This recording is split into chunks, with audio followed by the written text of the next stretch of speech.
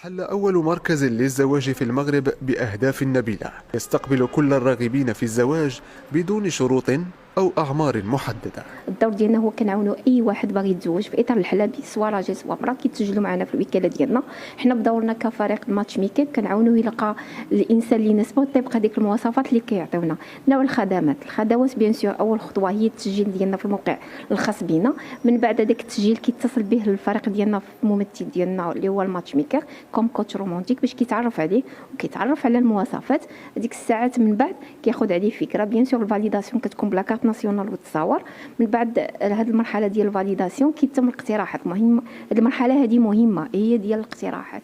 هذه الاقتراحات هذه بيان سور عند الحق الكليون يعني منخرط انه يرفض انه يقبل. من بعد انه ما كيقبلنا هذاك الاقتراح كتجي المرحله المهمه هي تنظيم اللقاء المباشر، سواء كيكون بالحضور ديال الماتش ميكر، سواء كيكون الحضور سورتو اذا كان يعني المنخرطين ادولت ماتور عارفين واش يعني القرارات ديالهم ان شاء الله كيكونوا زعما مقنعين. جاءت هذه الوكالة مصحوبة بأفكار جديدة وفريق عمل يتكون من خبراء في العرب.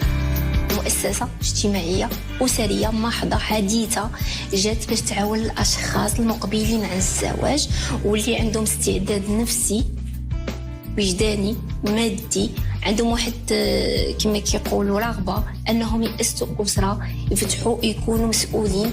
حنا بالدور ديالنا كوكاله كنعاونوهم على هاد النقطه هذه ديال الزواج وكنشجعوهم. هاد الاشكاليه ديال هاد الزواج كنلاحظوها في المغرب، يعني اي واحد كتلقى عنده مشكل ان هما الظروف ديالو كتساعدو انه ممكن يفتح اسره ولكن ما كاينش اللي يعاونو. دونك هاد وكاله الزواج جات باش تعاونو باش يلقى الانسان طبق المواصفات اللي هو باغي طبق الشروط. نهضروا على الكلفه بيان سور كنعنيو الماديات. وحنا بالنسبه فكرنا لواحد المبلغ اللي هو رمزي. هاد الرمزيه هذه لان كما كتعرفوا مؤسسه خاصه، يعني عندنا موظفين، عندنا لي شارج، عندنا اللوي. نتوما في المعارف دابا مسكين ملي كتسمعوا كنقطه المعارف في المغرب كامل راه بلو شير.